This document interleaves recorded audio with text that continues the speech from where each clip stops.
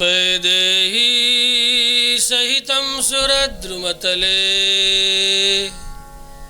हैमे महामण्डपे मध्ये पुष्पकमासने मणिमये वीरासने संस्थितम् अग्रे वाचयति प्रभञ्जनसुते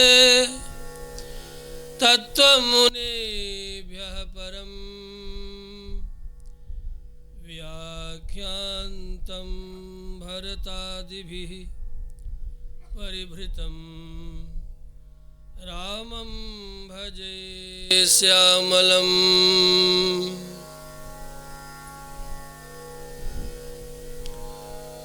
मनोजवं मारुततुल्यवेगं जितेन्द्रियं बुद्धिमतां वरिष्ठं वातात्मजं वानरयोथमुख्यं श्रीरामदूतं शरणं प्रपद्ये। कवीन्द्रं नौमि वाल्मीकिं यस्य रामायणे कथा चकोरा इव चिन्वन्ति चन्द्रिका इव साधवः चन्द्रिकामिव चिन्वन्ति चकोरा इव साधवः। वाञ्छाकल्पतरुभ्यश्च कृपासिन्धुभ्य एव च पतितानां पावनेभ्यो वैष्णवेभ्यो नमो नमः। अस्मद्गुरुभ्यो नमः अस्मत्परमगुरुभ्यो नमः अस्मत्सर्वगुरुभ्यो नमः। श्रीमते विश्वक्सेनाय नमः श्रीसठकोपाय नमः श्रीमते रामानुजाय नमः श्रीवरवरमुनये नमः श्रीवादिभीकराय नमः श्रीत्रिदण्डिस्वामिने नमः।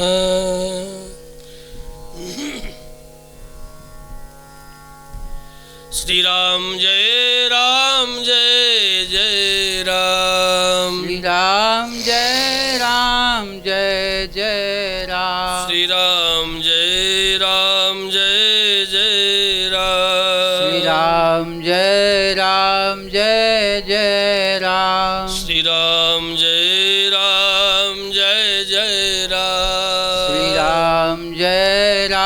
जय जय राम। श्री राम भद्र भगवान की जय। श्री यज्ञ महापुरुष भगवान की जय। चातुर्मास्य व्रतानुष्ठान की जय।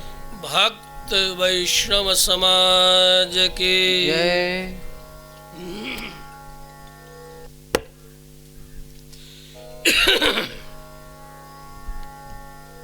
समुपस्थित भगवत कथा रसरसिक प्रेमियों, श्रद्धामयी वात्सल्यमयी देवियों, भगवान श्रीमन्नारायण की महनीय कृपा परिणाम सत्संग लाभ चातुर्मास व्रत व्यास गोह की इस पवित्रतम धरा पर जो अनेक ऋषि महर्षियों के तप से अत्यंत पवित्र है, आप सब बैठकर श्रवण कर रहे। जहाँ कभी पग पग चल करके पूर्ण ब्रह्म परमात्मा श्री रामभद्र जिस मार्ग से गया की ओर पधारे थे, यह वही महनीय धरा पूजनीय धरा गोह की है, जिसके मार्ग में आदि गंगा भगवती पुनः पुनः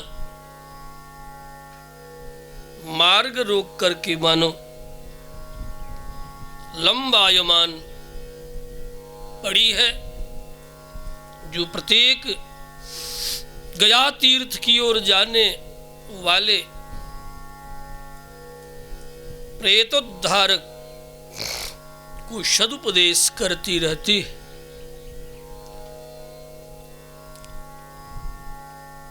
चातुर्मास्य व्रत ब्याज उन्हीं भगवान श्री रामभद्र की जीवन के आरंभिक 42 वर्षों की लीला कथा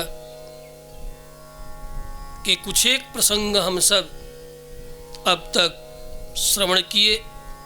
कल जटायु मोक्ष प्रसंग की कथा भगवदीय प्रेरणा से प्रकट हुई। भगवान श्री रामभद्र ने जटायु को राम भक्ति भगवत भक्ति के कारण गोद में लेकर अपना स्नेहिल वात्सल्य स्नेह प्रेम प्रकट किया है और अपने नित्यानंद में लोक का दर्शन भी कराया है, भेजा भी है। हे तात, अब आप हमारे नित्यानंद में धाम को प्राप्त करें। यदि आप कहो तो मैं ये शरीर आपको स्वस्थ कर रख दूं, कुछ दिन जी लें जब तक वह दुष्ट रावण जीवित है, जिसने हमारी प्राण प्रियतमा जानकी का अपहरण करके आपकी आंखों के सामने लेकर के चला गया, आप अपनी आंखों से देख सके। हे तात, कुछ दिन रह ले, ऐसा राम ने निवेदन किया है। देखिए आप सुवन सिवा सुख, मोहि पितु को सुख दीजै। हे तात, मुझे पिता का सुख आप प्रदान करेंगे, कुछ दिन जी लेंगे तो मेरे जान तात कछु दिन जीजै। दिव्य देह इच्छा जीवन जग, विधि मनाई मंग लीजै। मेरे तात मेरे जान तात कछु दिन जीजै।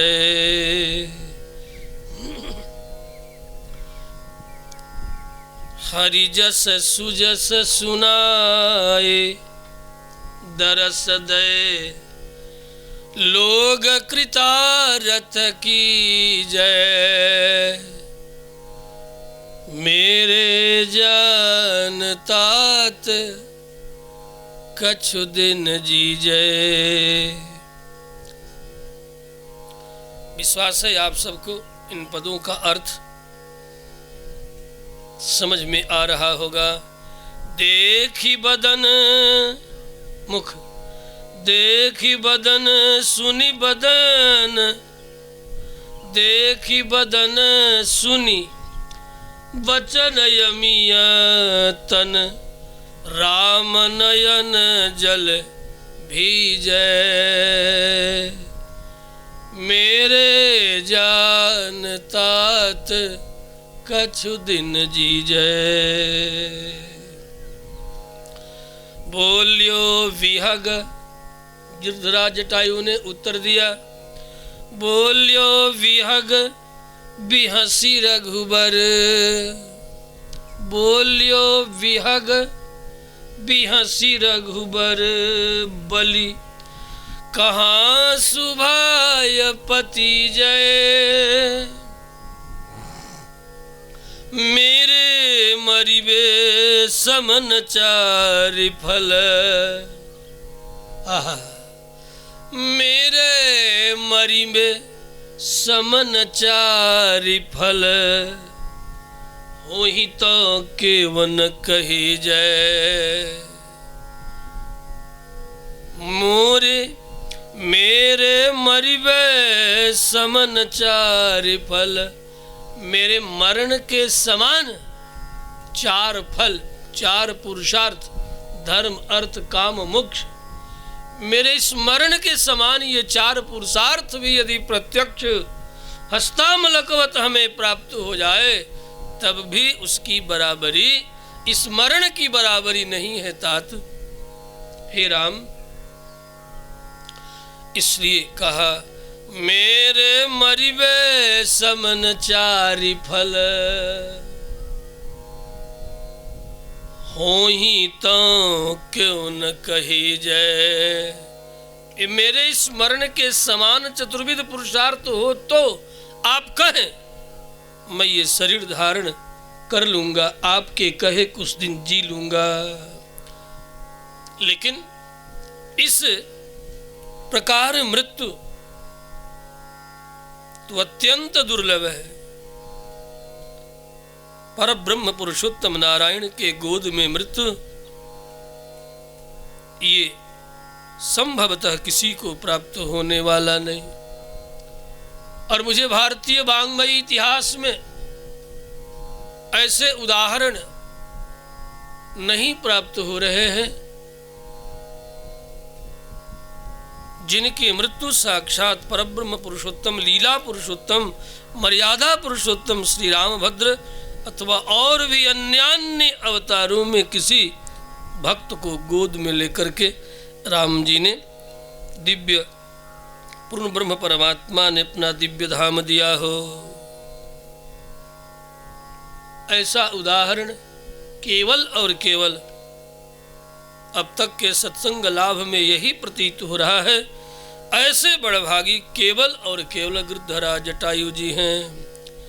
तुलसी प्रभु दिव उतरु मौन होए, तुलसी प्रभु, तुलसी प्रभु दिव उतरु मौन होए, परिमानो प्रेम सही जय, परिमानो प्रेम सही जय। मेरे तात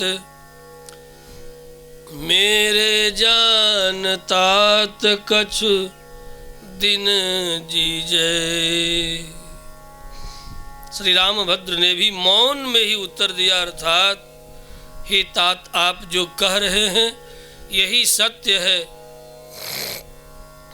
लेकिन भरा संकोच में रामभद्र अपने श्रीमुख से कैसे कहें, मौन रह करके ही गिरधराज जटायु की भावना को स्वीकार किया कि निश्चय ही ऐसे मृत्यु जगत में भक्त तो अनेक हुए होंगे, ऐसे मृत्यु किसी और को सुलभ नहीं हो सकते।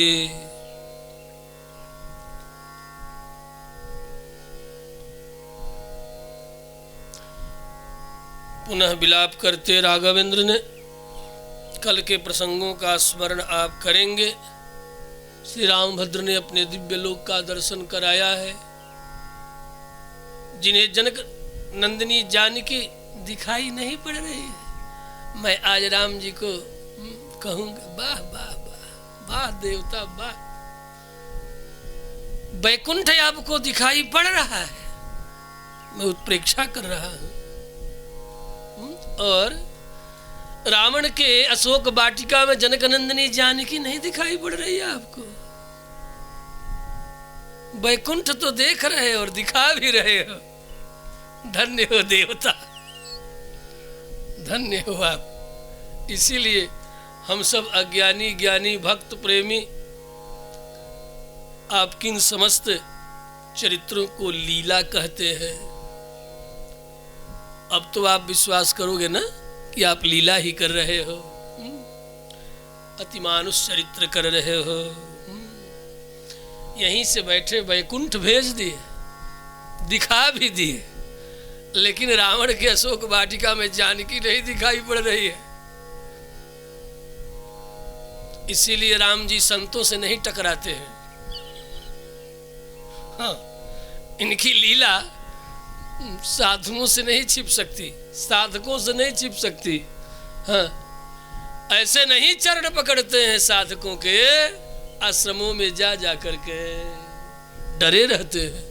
हाँ, भयभीत रहते हैं कि हमारी कहीं लीला खोल न दे। सब ये जीवन काल तक भी समझते हैं, लेकिन जल्दी खोलते नहीं है। राम जी हाथ जोड़े रहते हैं कि देखो भैया, आए तो हम वैकुंठ से ही, ये दिव्यानंदमय लोक से आए हैं, लेकिन दुनिया वालों से मत कहना, नहीं तो धर्म की रक्षा नहीं हो पाएगी। लोग देखते ही भाग खड़े होंगे।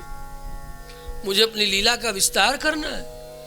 इसलिए आश्रमों में ऐसे ये चे में तपस्वी स्थिता अहम वेद्मि महात्मानं रामम सत्य पराक्रमम। सत्य पराक्रमी श्री राम भद्र के अथवा भगवदीय समस्त चरित्रों को, स्वरूप तत्व को जानने वाले जो संत जन है, साधक जन, सुजान जन है, ऐसे लोगों के सामने जा जा करके हाथ जोड़ते हैं, चरण पढ़ते हैं, प्रणाम करते हैं, निवेदन करते हैं कि भैया मेरी लीला होने दो, हल्ला गुल्ला मत करो। हल्ला गुल्ला करोगे तो हमारी लीला न हो सकेगी। लोग पूछते हैं कि आखिर प्रायः करके कि ये संतों के चरणों में, साधकों के चरणों में भगवान होकर के भी प्रणाम क्यों करते हैं? का डरते हैं इसलिए प्रणाम करते हैं? का डर किस बात की? का इस बात की कि हमारी लीला खुल जाएगी तो लीला का विस्तार न हो सकेगा, इसलिए भयभीत रहते हैं। अपनी लीला खुल जाने का भय परतत्व परमात्मा को भी, क्योंकि वे गुप्त रख करके करना चाहते हैं, और आप अपने साधना और उनकी कृपा के बल से उनके समस्त तत्व को जानने वाले हैं। अथवा परतत्व परमात्मा संकोच में पड़ जाता है, लज्जित हो जाता है कि सारी दुनिया के दृष्टि में तो मेरा रोना धोना, हंसना दौड़ना ये सब चल जाएगा, लेकिन इन लोगों की दृष्टि में ये चलने वाला नहीं है, इसलिए लज्जित होकर के प्रणाम करते हैं। पहले कहा भयभीत होकर खुल न जाए, अब चूंकि ये जान रहे हैं और फिर भी हम स्वांग कर रहे हैं, नाटक कर रहे हैं, और इस नाटक को ये सब जान रहे हैं, इसलिए लज्जित होकर के ये हमारे ये यथार्थ नहीं मान रहे हैं, ये सत्य नहीं मान रहे हैं कि जो कुछ भी मैं लीला कर रहा हूँ ये सत्य है, ये केवल और केवल लीला, और इस लीला को ये सब साधक सिद्ध सुजान दंडकारण्यवासी तपस्वी जान रहे हैं, इसलिए लज्जित होकर के जा करके बिन बुलाए जाते हैं। क्यों? कि भय है ना, क्या पता न जाऊं तो इनको तो मना लिया, नहीं कहेंगे, भला वो कह दे तब, वो कह दे तब। कोई न कहे, सब मौन रहे, जिससे कि हमारी लीला हो सके। इसलिए जाई जाई सुख दिन। अथवा कुछ एक ऐसे भी ठिठोली करने वाले, क्या कहूँ, हठी और दुलारे राम भक्त हैं, जो बार बार अंगुलियां निर्देश करते हैं ध्यान में कि नहीं आओगे मेरे आश्रम पर, कह देंगे, लीला खोल देंगे। तो राम जी मनाते कहा नहीं ठीक है, तुम्हारे आश्रम भी आऊँगा, लेकिन हमारी लीला से पर्दा मत हटाना। श्री रामभद्र भगवान के। सुमित्रानंदन से रामभद्र कहते हैं, सर्वत्र खलु दृश्यन्ते। हे सुमित्रानंदन, हे भैया लखन, प्रायः दुनिया में सज्जन साधु सच्चरित्र लोग हर शरीरों में, हर वर्ग में, हर समुदाय में, हर जाति में, देव मनुष्य पशु पक्षी इत्यादि जातियों में भी साधुजन सज्जन देखे जाते हैं। सर्वत्र खलु दृश्यन्ते साधवो धर्मचारिणः शूराः शरण्याः सौमित्रे तिर्यक जो निगते स्वपे। तिर्यक शरीर में प्रायः अज्ञान का आधिक्य है, लेकिन ऐसे तिर्यक पशु पक्षी शरीरों में भी सौम्य साधु पुरुष देखे जाते हैं। देख लो, ये गृद्धराज जटायु तिर्यक शरीर में है।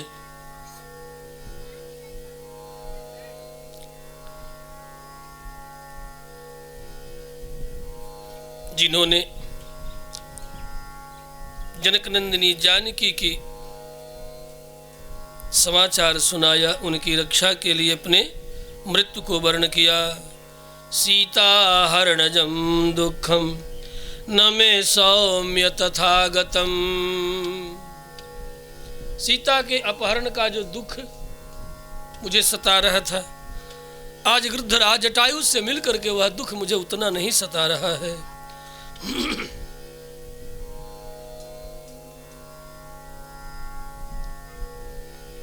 यथा विनाशो गृद्धस्य मत्कृते च परंतप। हे सौम्य, हे परम तपस्वी मेरे लाडले लखन, इस समय मुझे सीता हरण का क्लेश उतना नहीं है जितना कि मेरे निमित्त प्राण का परित्याग करने वाले श्री जटायु की मृत्यु से हो रहा है। रटनिय कनि पहिचान गीध फिरे करुणामय रघुराए। तुलसी राम ही प्रिया बिसरी गए।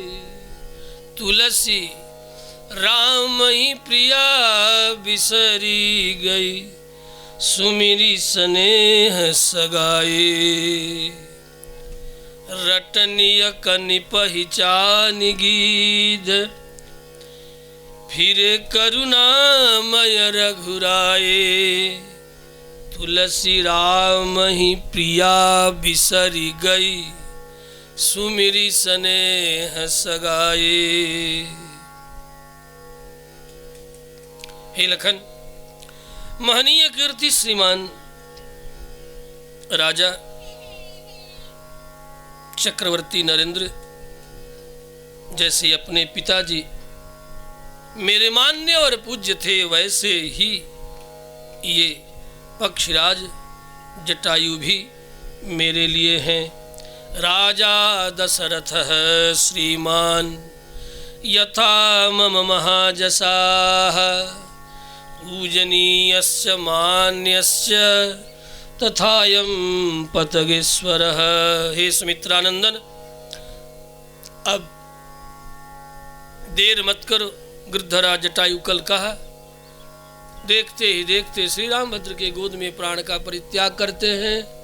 अंतिम वाक्य स्मरण होगा। शरीर परित्याग करके गृद्धराज जटायु शंख चक्र गदा पद्म दिव्य मंगलमय श्री विग्रह धारण करके और वहीं से सीधे विमान प्रकट होता है। मेरी भावना मई आंखें देख रही है और उस पर विराजमान होकर के भगवान के दिव्य आनंदमय धाम की ओर प्रस्थान करते हैं। पुनः रामभद्र ने कहा, हे सौमित्र सुनो, सुंदर सूखी सूखी लकड़ियां, होम में लकड़ियां लाओ, चंदन आदि की लकड़ियों को लाओ, सूखी सूखी लकड़ियों को लाओ। उन लकड़ियों को मंथन करके मैं अग्नि प्रकट करूंगा। मंथनाग्नि में इनके शरीर का मैं अंतिम इष्टि करके इनका संस्कार करूंगा। मेरे निमित्त प्राण त्याग करने वाले पितृकल्प श्री जटायु का मैं दाह संस्कार करूंगा, अपने हाथों से करूंगा। जो लाभ सौभाग्य मुझे अपने पिता का दाह संस्कार करने का नहीं प्राप्त हुआ, आज मैं गृद्धराज जटायु का अपने हाथों से दाह संस्कार कर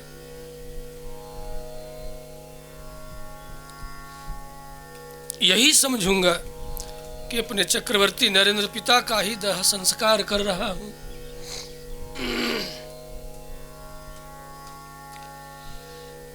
बड़े भावुक हैं राघव। सौमित्रे हर काष्ठानि निर्मथिष्यामि पावकम् गृद्धराजं दिधक्ष्यामि मत्कृते निधनं गतम्।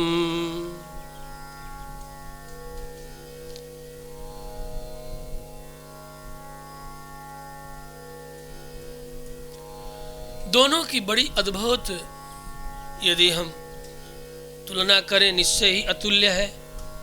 एक तरफ गृद्धराज जटायु का महाप्रयाण, दूसरी ओर चक्रवर्ती नरेंद्र का महाप्रयाण।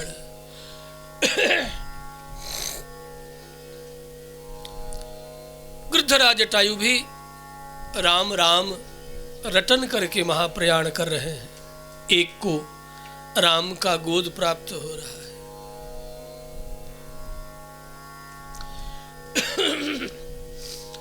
दूसरी ओर चक्रवर्ती नरेंद्र दशरथ भी राम राम कही राम कही, राम राम कही राम।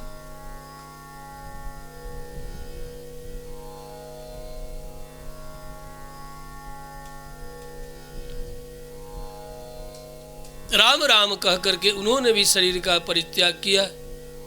लेकिन दोनों में ये अवश्य फर्क भेद है। एक को रघुनंदन का गोद मिल रहा है और एक को रघुनंदन का वियोग मिल रहा है। एक को रघुनंदन का योग मिल रहा है और एक को रघुनंदन का वियोग मिल रहा है। एक युक्त होकर के धाम को प्राप्त कर रहे हैं, योग युक्त होकर के धाम को प्राप्त कर रहे हैं। इसलिए शीघ्र ही क्रम मुक्ति न प्राप्त करके गृद्धराज जटायु सद्य मुक्ति प्राप्त कर रहे हैं। और तात्पर्य है भगवत वियोग में, भगवत रटन से भी यदि प्राण का परित्याग हो तो संभव है कि क्रम मुक्ति मिले। भूलोक से स्वर्ग आदि लोकों में रह करके तब जनलोक, तपलोक, सत्य आदि लोकों को होते हुए यह जीवात्मा आनंदमय दिव्य धाम को प्राप्त करता है।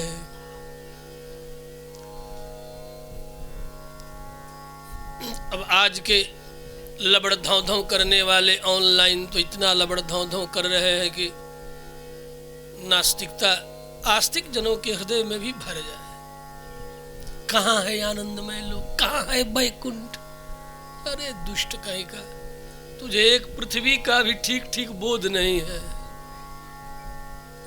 मैं तो इन्हीं शब्दों में उनका तिरस्कार करूंगा। तुम इस एक भूल लोक को अवश्य नहीं जान सका। एक भूल लोक को चंद्रमा पर चल गए तो चांदमारी समझते हैं कि वाह हमने क्या कर लिया। एक भूल लोक के प्रत्येक स्थलों को तुम जानने में अभी असमर्थ हो, अव्यवसाय। और इन्हीं सब ऋतंभरा प्रज्ञा में इन मुनियों ने, ऋषियों ने देख देख कर, जा जा आ जा कर, तब लिखा है आए भी और गए भी, कारक पुरुष आते भी और जाते भी है।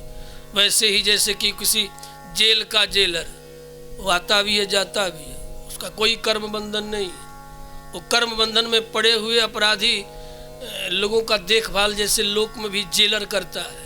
जेलर भीतर भी जाए बाहर भी जाए, कोई थोड़े उसे।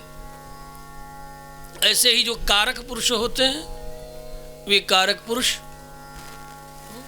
उन कारक पुरुषों में अनेक पूर्वाचार्य हो गए। भगवत्पाद शेषावतार रामानुजाचार्य, शंकर स्वयं शंकर, भगवत्पाद शंकराचार्य, भगवत्पाद निम्बारकाचार्य, भगवत्पाद माधवाचार्य, विश्व स्वामी जी महाराज आदि आदि सब कारक पुरुष जो यहीं से बैठे बैठे वहां भी देखते थे, यहाँ भी देखते थे। और उसके पूर्व के जितने महर्षिगण हुए हैं, मरीचि से लेकर के अथर्वा पर्यंत, इन सब ऋषि महर्षियों ने इन सारे तथ्यों को अपने रीत प्रज्ञा में, सत्य प्रज्ञा में, समाधि प्रज्ञा में देख करके तब उद्धृत किया है। श्री राम जय राम जय जय राम, श्री राम जय जय राम, श्री राम जय जय राम, श्री राम जय जय राम। लोग कहते हैं अंधविश्वास में पड़ी हुई जाति और समूह आगे नहीं बढ़ती। ठीक है, मान लिया। आप भारतवर्ष के ही बहुत से ऐसे क्षेत्र हैं जहां आप गए नहीं, तो क्या किसी के कहे आप अंधविश्वास नहीं करते हैं कि हाँ भारतवर्ष में ये भी राज्य होगा, ये भी शहर होगा? मानते हैं कि नहीं मानते हैं? किसी ने बता दिया। देखो जी, व्यक्ति किसी अन्य शहरों में जाता है, एक स्टेशन के रिक्शा वाले को कहता है ले चलो फला मोहल्ला, फला मोहल्ला में फला संस्थान के सामने ले चल के, पहले कभी नहीं गए, चिट्ठी पर, पत्री पर, अथवा किसी के द्वारा बता दिए जाने पर, एक रिक्शा वाले पर इतना विश्वास करते हो, एक पत्रिका पर जो कभी गए नहीं वहां, और रिक्शा वाले पर बैठ जाते हो, जो कुछ भी किराया कहता है देने के लिए तैयार हो जाते हो, कम ज्यादा देते भी हो, और वह तुम्हें निश्चित तुम्हारे डेस्टिनेशन पर जहां जाना है उस जगह पर ले जा करके उतार देता है। तो क्या उस पर तूने अंधविश्वास नहीं किया? इसको क्या आंख वाला विश्वास कहते हैं? ये भी तो अंधविश्वास ही है। एक रिक्शे वाले के बराबर भी ये है दुर्बुद्धि संपन्न आज के पढ़े लिखे सुबुद्ध मानवों की दशा। सुबुद्ध मानवों की दशा है। सुबुद्ध है, ये अपने को सुबुद्ध कहते हैं। और अंधविश्वास जगत का 99% कार्य अंधविश्वास पर चलता है, 1-2% नहीं। आप सब कुछ देख करके ही अपने कदम को आगे नहीं बढ़ाते हैं, अनदेखे बढ़ाते हैं। क्या आपने देखा? यदि आप किसी शहर विशेष को नहीं गए तो क्या आपने देखा? कहा नहीं फला कह रहे कि नहीं वो शहर है, वहाँ ये है, वो है, फला है, टेका है। कहा क्यों विश्वास किया? तूने तो अपनी आंखों से देखा नहीं। कहा उन्होंने अपनी आंखों से देखा। कहा ये भी अपनी आंखों से जिन लोगों ने देखा है वही वर्णन कर रहे हैं, बिन देखे नहीं। देख देख करके वर्णन कर रहे हैं, बिन देखे नहीं वर्णन कर रहे हैं। इसीलिए कहा मानसकार ने कि कहत सुनत कहत कठिन समुझत कठिन, समुझत कठिन विवेक। कहना सुनना इतना आसान, यदि लौकिक दृष्टि से भी समझना चाहो तो बड़ी आसानी से समझ सकते हो, लेकिन व्यर्थ की अपनी बुद्धि का बखेड़ा खड़ा करोगे तो कुछ पल्ले नहीं पड़ने वाला। श्री रामभद्र भगवान की। देख करके ही गिरधराज जटायु जा रहे हैं। राम जी ने दिखाया तो देख लिया। हाँ, आज भी ये मत सोचो कि मसाल लेकर के चिल्लाएंगे। आज भी ऐसे साधक सिद्ध सुजान इस धरती पर वर्तमान हैं जिन्होंने ईश्वर का दिव्य मंगलमय विग्रह का भिन्न भिन्न रूपों का दर्शन नित्य करते हैं, कराते भी हैं विविध विधियों से। ये मत समझना। जिनका सानिध्य मात्र से भगवदीय दर्शन हो जाए, आप पामर ज्ञानी पर्यंत आज भी है, उनका अभाव नहीं है। पहले भी कहा था, मरीचा का दुकान करने वाला भी लाभ न हो तो बंद करके शटर डाउन करके भाग खड़ा होता है। नहीं खड़ा होता है क्या? लेकिन ये जिन लोगों ने देखा सुना समझा और आज भी देख सुन समझ रहे हैं, वे किसी भी गणवेश में हो सकते हैं, किसी भी परिवेश में हो सकते हैं, किसी भी देश में हो सकते हैं। हाँ, और उन विधियों से आस्था निष्ठा श्रद्धा पूर्वक यदि आप भी नित्य इन भावनाओं के साथ ध्यान करें तो आप भी देखेंगे, दर्शन करेंगे। थोड़ा धैर्य और शास्त्र और सद्गुरु इन दोनों पर विश्वास का अनुपान लेकर के आपको जीना पड़ेगा। विश्वास का अनुपान, विश्वास किए बिना नहीं।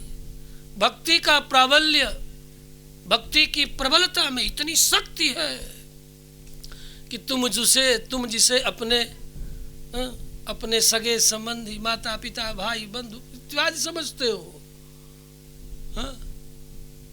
और वो चिल्ला करके कह भी रहा है। ऐसा नहीं है कि कहने वाले नहीं, कहने वाले जिन्हें बर्दाश्त नहीं होता वो तो कह ही पड़ते हैं कि देखो हमारे साथ ऐसा हुआ, हाँ? हमारे साथ ऐसा हुआ। लेकिन उसे तुम पागल करार दोगे, हाँ?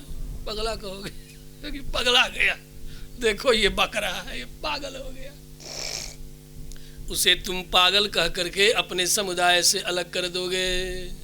वैसे ही जैसे अंधों के राज्य में टकेसर भाजी टकेसर खाजा, है ना, सुने कि नहीं? अंधेर नगरी चौपट राजा, टकेसर भाजी टकेसर खाजा। अंधों के राज्य में यदि कोई आंख वाला पहुंच जाए और आंख वाला कहे कि देखो सूर्य एक चमकता हुआ गोला है, सारे लोग पकड़ करके इतनी मार मारेंगे उसको, और यदि कहीं मारे नहीं तो निश्चय ही उसे कारागृह में डाल देंगे। यदि वो भी दंडित नहीं कि तो अपने राज्य से निश्चित ही उसे दिवालिया घोषित करके, पागल घोषित करके बाहर कर देंगे। जल्दी अपने राज्य की सीमा से बाहर करो, नहीं तो सबकी मति बिगाड़ देगा। ये देखो कह रहा है कि सूर्य का चमकता हुआ गोला आकाश में है, हम लोग दिन रात जन्म से लेकर के अब तक वृद्ध हो गए, कुछ भी दिखाई नहीं पड़ता। तो जैसे उघर ही बिमल बिलोचन ही के मानसकार कहते हैं, बंदौ गुरुपद पदुम परागा, सुरुचि सुमास सरस अनुरागा, अमियमूरिमय चूरन चारु, समन सकल भव रुज परिवारु, उघर ही बिमल बिलोचन ही के, उघर ही बिमल बिलोचन ही के। उनके हृदय के बिमल बिलोचन खुल जाते हैं। किनके? मिटहि दोष दुख भव रजनी के, मिटहि दोष दुख भव रजनी के, उघर ही बिमल बिलोचन ही के। कौन? किनके? का बंदम गुरुपद, सदगुरु और शास्त्र पर अचल निष्ठा रखने वाले के हृदय में वो आंखें खुल जाती हैं, उन्हें मिल जाती हैं। इसलिए बंधुओं, इस प्रसंग में निसंदेह होकर के शास्त्र और सदगुरु के वचन पर जो जन विश्वास करते हैं और लग जाते हैं, उनके बताए हुए मार्ग से साधना में वे निश्चय ही इस तत्व को उपलब्ध होते हैं। यह निसंदेह तथ्य पुनः पुनः आपको कहूँ। हे सौमित्र, शीघ्र ही लाओ, मैं इनका अंतिम महाप्रयाण संस्कार करूँगा। अंत्येष्टि ददाह रामो धर्मात्मा, राम जी को कहा धर्मात्मा है श्री रामभद्र, इसलिए ददाह, इन्हें मुखाग्नि दी। श्री रामभद्र ने जटायु को चिता पर रख करके दाह संस्कार किया। अपने हाथों से उत्तमोत्तम लोक की प्राप्ति कराई श्री रामभद्र ने। पश्चात गोदावरी के तट पर आकर के तिलांजलि भी प्रदान कर रहे हैं। अंजलि, जल प्रदान कर रहे हैं श्री राम लक्ष्मण गोदावरी तट पर। गोदावरी के जल में स्नान करके पुनः गृद्धराज जी के लिए इनका नाम लेकर के अंजलि तिल जल प्रदान कर रहे हैं। पुत्र का यह धर्म है। त्रिभी पुत्रस्य पुत्रता, 3 प्रकार से ही पुत्र की पुत्रता सिद्ध होती है, पुत्रत्व धर्म सिद्ध होता है। वह क्या क्या? जीवतो वाक्य करणात्। गया क्षेत्र में रहते हुए कई दिन मैं इसका स्मरण करता कराता हूँ। कई दिनों से जब कभी यह स्मरण होता है जीवतो वाक्य करणात् दशा है भूरि भोजनात् गयायां पिंडदानाच्च त्रिभिः पुत्रस्य पुत्रता। गयायां पिंडदानाच्च त्रिभिः पुत्रस्य पुत्रता। पितृपक्ष आने ही वाला है। कल नहीं परसों श्री वामन जयंती हम लोग मनाएंगे और कल एकादशी है। कल ही एकादशी है और परसों भगवान वामन की जयंती दिन के 12 बजे। सवेरे तो 6:30 बजे आरती होती ही है। 26 तारीख को कल नहीं परसों वामन जयंती। इस नल संवत्सर में भाद्र शुक्ल द्वादशी के दिन श्री वामन जयंती दिन के 12 बजे भगवान वामन का अवतार हुआ था और देवताओं के कार्य को उन्होंने सिद्ध किया था। तो कल वामन जयंती की कथा भी आपको सुनाएंगे और परसों वामन जयंती मध्याह्न 12 बजे आरती पूजा प्रसाद के साथ आप लोग अधिक से अधिक संख्या में पधारें। समिति की ओर से कुछ एक भजन इत्यादि गाने वाले भी उपस्थित होने की संभावना है। संभावना क्योंकि क्षणार्धम नैव जानाति विधाता किं करिष्यति। इस न्याय से क्षण मात्र भी नहीं जानता विधाता क्या करे। अब मान लो कि भयंकर मूसलाधार वर्षा ही होने लगे, वैसे मैं मनाता नहीं हूँ। मैं तो प्रार्थना करूँगा कि कल कम से कम दोपहर में जैसे आज टप टप टप टप बरसते रहे, कल नहीं परसों। वैसे ठाकुर जी की मर्जी, का प्रार्थना भी क्यों करें, उनकी मर्जी, जो हो सो हो। प्रारब्धम परिभुज्य कर्म सकलम प्रक्षीण कर्मांतर। जैसा हो हम सबके प्रकृति और प्रारब्ध से। तो श्री रामभद्र ने अपने हाथों से तिलांजलि प्रदान किया है, करना चाहिए। ततो गोदावरीं गत्वा नदीं नरवरात्मजौ उदकं चक्रतुस्तस्मै गृद्धराजाय तावुभौ। जटायु का अंतिम संस्कार करके श्री राम जी दंडकारण्य से क्रौंचारण्य के नाम से प्रसिद्ध गहन वन में प्रवेश करते हैं। वहाँ से श्री सीता जी को खोजते हुए मतंग मुनि के आश्रम के पास पहुँचते हैं। पास पहुँचते हैं, में नहीं पहुँचते हैं, अभी पास पहुँचे हैं। यही में और पास में स्मरण रखेंगे। क्रौंचारण्यम अतिक्रम्य मतंगाश्रम मंतरे वाच चैनम वचनम समित्रे मुपगुह्य च। जब क्रौंचारण्य में पहुँचे, अब मैं यहाँ गिरधराज जटायु को प्रणाम करता हूँ। बहुत सा भाव है और प्रारंभ से ही हमारी इच्छा रही है कि इस चातुर्मास में अधिक से अधिक कथा सुना सकूं, क्योंकि पिछले बार बाल कांड में उलझ गए थे, इसलिए। नहीं तो बात बात में बात, बात बात में बात, और फिर बात रोज इतनी बढ़ेगी कि कथा तो ही रह जाएगी। पिछले साल चातुर्मास में नित्य श्रवण करने वाले मेरे श्रोता बंधुओं ने शिकायत की, कहा स्वामी जी 4 माह आपने गुजार दिया लेकिन बाल कांड में ही कथा को अटकाए रह गए। ये आपका अन्याय हम लोगों के साथ अच्छा नहीं हो। हमने कहा हे श्रोता बंधु, आप सबके प्रति मैं भी कृतज्ञता ज्ञापन करता हूँ कि निश्चय ही आप चाहे 50 आए चाहे 100 आए, नियम से आए। और ये भूल मैं आने वाले चातुर्मास में अवश्य अन्य श्रोताओं के सामने सुधारने का यत्न करूँगा कि मैं इधर उधर की बातों में न जाकर के केवल और केवल मूल रामायण की कथा एक एक भंगिमाओं के साथ भगवदीय प्रेरणा ऐसी हो, ऐसा सुयोग बने, यही वादा कर सकता हूँ। उन पिछले वालों की वादा है ये, उन लोगों के साथ मैंने जो वादा किया है वही इस वर्ष प्रयत्न कर रहा हूँ कि चातुर्मास से पूरा होते होते रामायण की एक आवृत्ति, मोटी मोटी आवृत्ति हम स्वतः भी अपने मन को सुना सकें और आप सब भी अनुभव कर सके। अस्तु। क्रौंचारण्य में श्री रामभद्र प्रवेश करते हैं। बड़ी भयंकर जंगल है दंडकारण्य। क्रौंचारण्य का नाम बहुत कम प्रसिद्ध है। सतपुड़ा के घने जंगल, ऊँघते अनमने जंगल, घुस सको तो घुसो इसमें, ऐसा है जैसा कि किसी कवि ने लिखा है।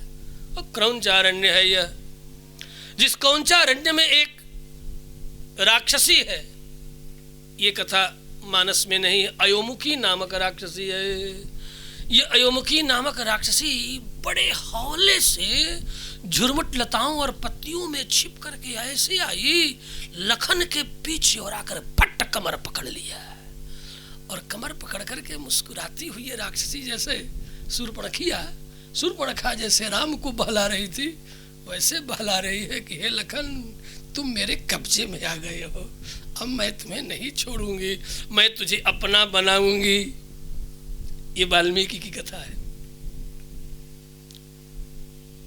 अब तो आप मेरे प्यारे पति होंगे, सीधे कमर पकड़ते ही प्रस्ताव कर दिया पीछे से।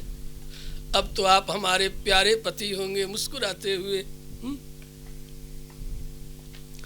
आप मुझको मिल ही गए, मैं बहुत दिनों से आपकी प्रतीक्षा कर रही थी। बड़ी मायावी होती है ना, इतनी लंबी लंबी बातें करेंगी। मैं बहुत दिनों से प्रतीक्षा कर रही थी कि आप आएंगे, आप आएंगे। आज मुझे आप मिल गए। वो तो कलुआ कलूटा है, आप कितने अच्छे हैं। वो तो मतलब समझ गए ना, आप कितने अच्छे हैं। आपको छोड़ करके किसी और को मैं वर्ण करने वाली नहीं। मैं बहुत दिनों से, बहुत बड़ा लाभ आज मुझे हो गया, आप आज मुझे मिल गए। मेरा नाम अयोमुखी है और आप चंद्रमुख हैं। मैं अग्निमुखी हूँ और आप चंद्रमुख है। दोनों का ऐसा योग रहेगा, ऐसी जोड़ी जमेगी कि ब्रह्मा भी देख करके दांतों तले अंगुली दबाएंगे कि कैसी सृष्टि हमने की है। लखन मुस्कुराए और भैया की ओर देखा।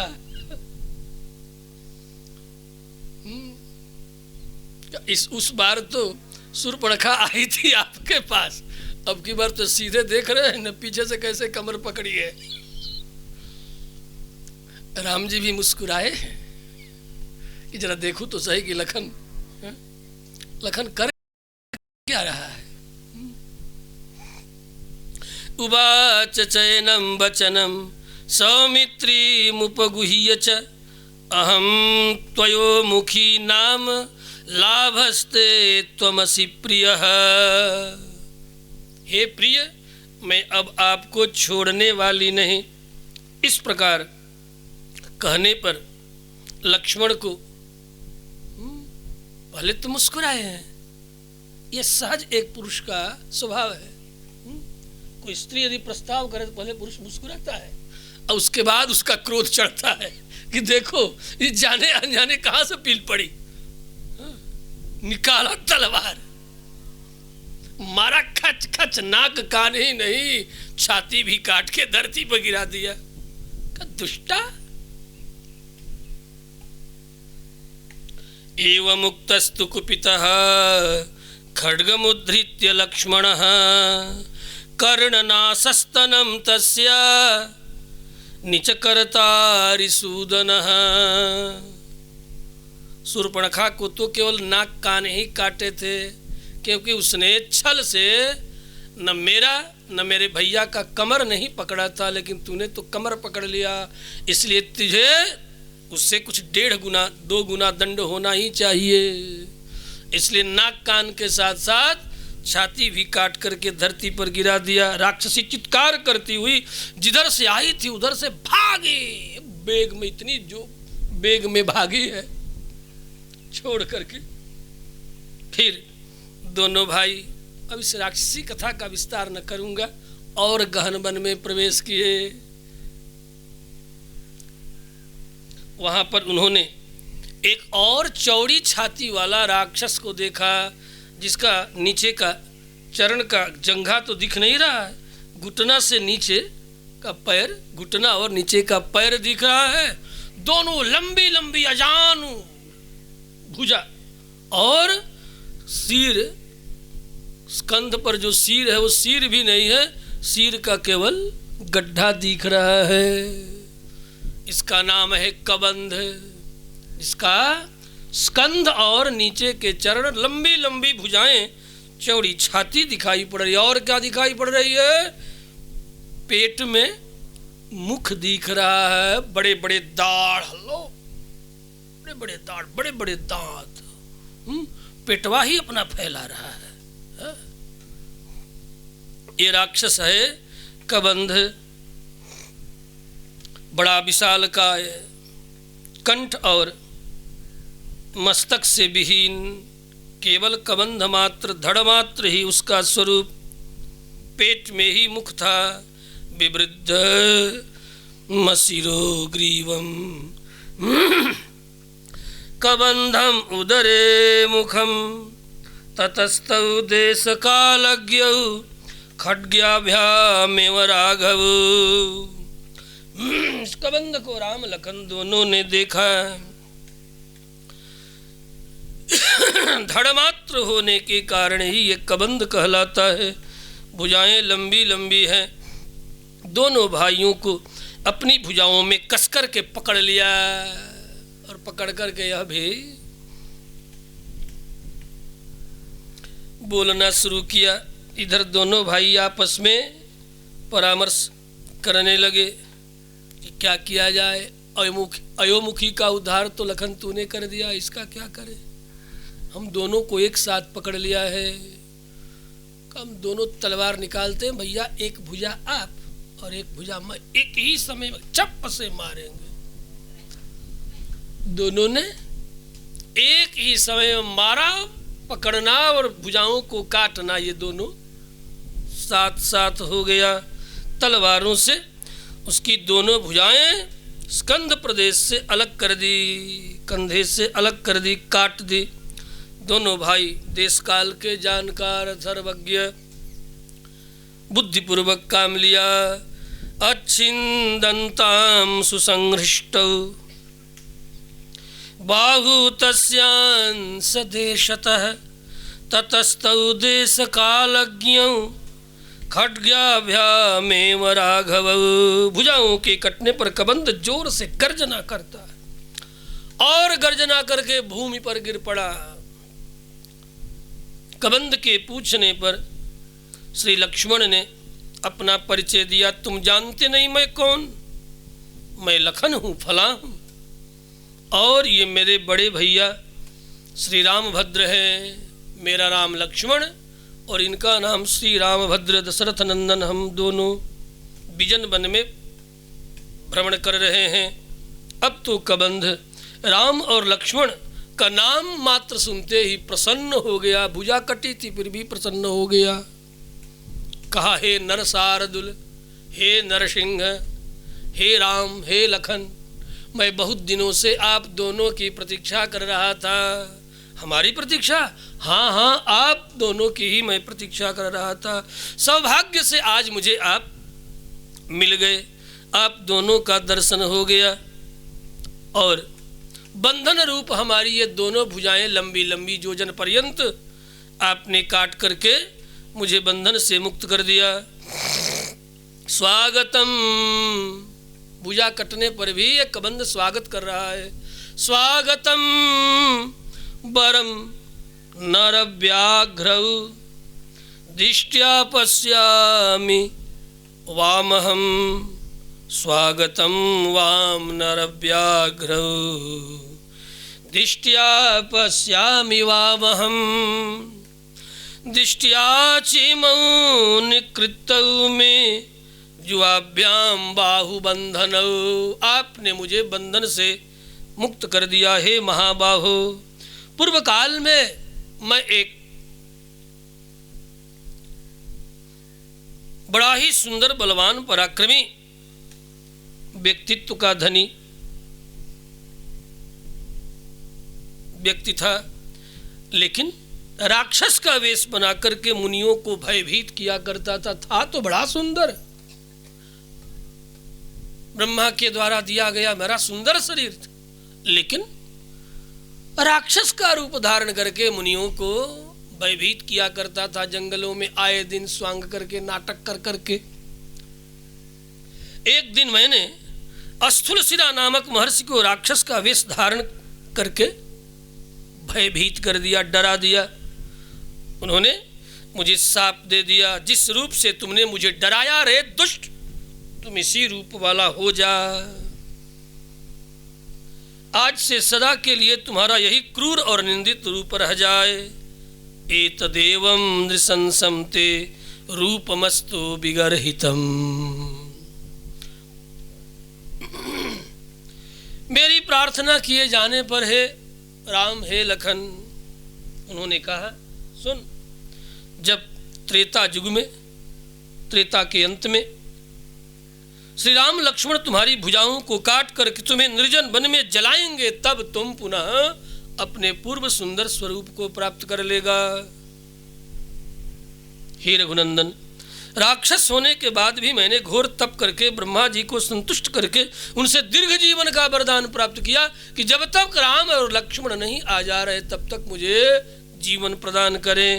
तो मैंने घोर तपस्या की, ब्रह्मा जी संतुष्ट हुए और मुझे दीर्घ जीवन तब तक के जीवन के लिए वर दिया था जब तक कि राम और लक्ष्मण मुझे नहीं प्राप्त हो जाएं, तब तक के लिए आप मिल गए।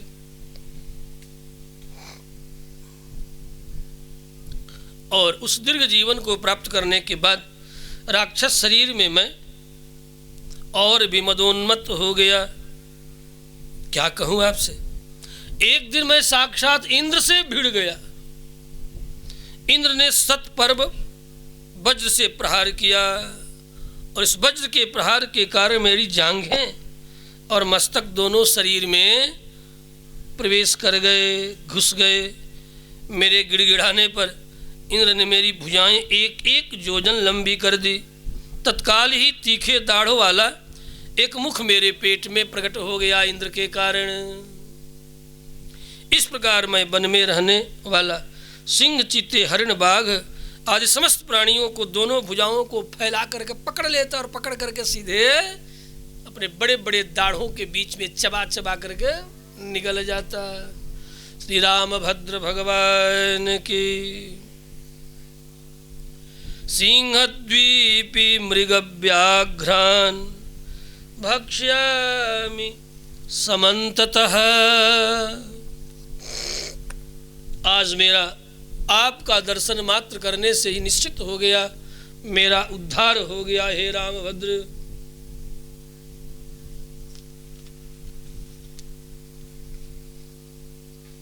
श्री राम जी ने चूंकि जानते हैं कबंध का उद्धार कैसे होगा, गड्ढा बनाकर उसमें उसके शरीर को डाल करके और आग लगा दी। देखते ही देखते जलते ही दिव्य स्वरूप धारण करके वह राक्षस जिस रूप में पहले था वही सुंदर स्वरूप धारण करके प्रकट हुआ और कहा, हे वीरेंद्र मुकुटमणि, आप यहाँ से शीघ्र ही अब आगे बढ़ेंगे। महाबलवान महासत्व संपन्न सुग्रीव के साथ आपकी मित्रता होगी। आप आगे बढ़ेंगे तो आपको सुग्रीव मिलेंगे, उनसे आपकी मित्रता होगी। आप स्वतः उनसे मित्रता कर लीजिए, ये मैं कहता हूँ। हे रघुनंदन, सुग्रीव का कार्य आपके मिलने से होगा या नहीं होगा ये तो मुझे नहीं पता, लेकिन वो सुग्रीव आपका कार्य अवश्य करेगा। कहा तुम्हें कैसे पता? कहा ब्रह्मा ने वरदान देते समय ये सब सारी कथाएं मुझे सुना दी है। कृतार्थो वा तव कृत्यम करिष्यति। अथवा दो भाव है कि रामभद्र को अपने कार्य होने के लाभ में ये निश्चय ही सुग्रीव से मित्रता करेंगे। इसमें चलते चलते ये राक्षस सुग्रीव के भी कार्य को सिद्ध करना चाह रहा है। क्यों? कभी सुग्रीव से मुलाकात हुई होगी, तो सुग्रीव से भी ये राक्षस बड़ा बलवान था, तो कहा होगा कि देखिए मुझे मत मारिए, आपके हाथों मारे जाने पर मेरा कुछ नहीं बिगड़ने वाला, क्योंकि नाना प्रकार के वन पर्वत इत्यादि में भ्रमण किए हैं सुग्रीव, तो कभी तो मुलाकात हुई होगी। तो सुग्रीव से बहुत रोया गया होगा और कहा भी होगा कि आज नहीं तो कल निश्चय ही आपसे राम लखन मिलेंगे, और जब वे मिलेंगे तो निश्चय ही वे आपके कार्य को सिद्ध करेंगे। मैं उन्हें आपके लिए प्रेरित करके आपके आश्रम ऋष्यमुख पर्वत पर उन्हें भेजूंगा।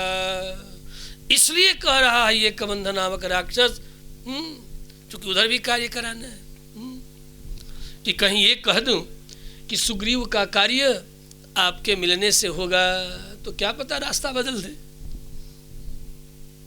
अस्तु, इसलिए कह रहा है कि सुग्रीव का कार्य होगा या नहीं होगा, ये तो भविष्य की बात है, लेकिन वह आपका कार्य अवश्य करेंगे। कृतार्थो वा तब कृत्यम करिष्यति। वे कृतकृत्य होंगे या नहीं, वे जाने, आपका कार्य सिद्ध होगा।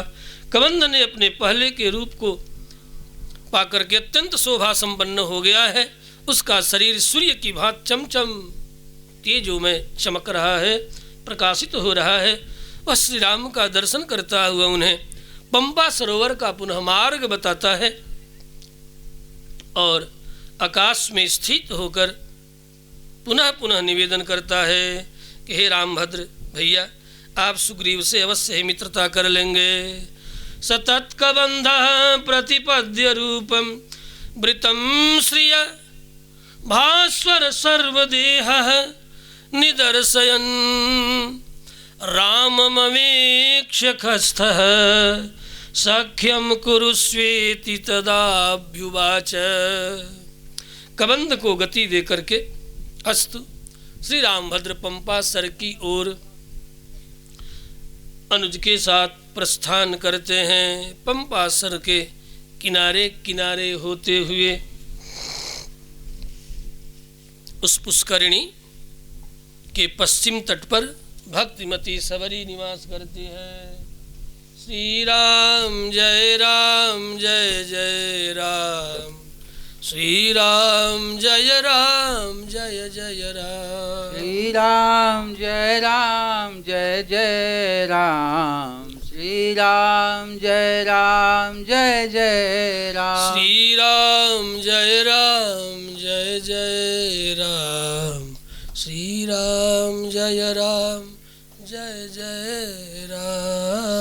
राम जय जय राम, श्री राम जय जय राम। पंपासर के पश्चिम तट पर श्री रामभद्र ने सबरी का आश्रम देखा।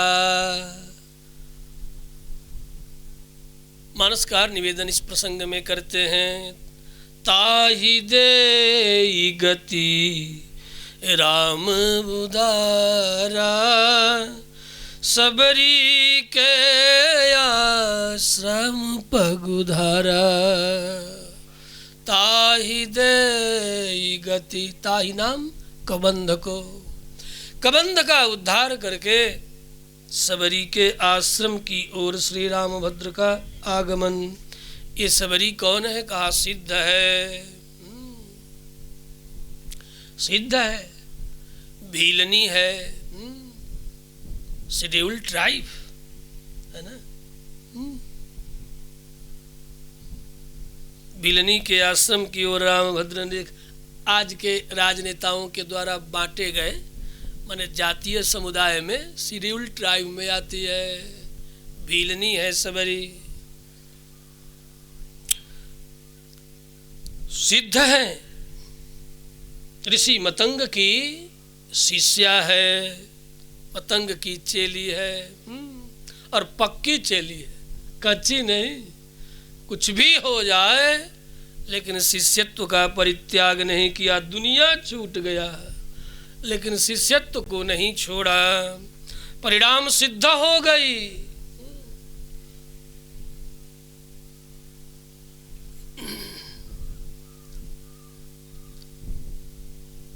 ताहि दे गति राम उदारा, सबरी के आश्रम पगुधारा। तब सिद्ध जिन्होंने गुरु की आज्ञा का अनुसरण करके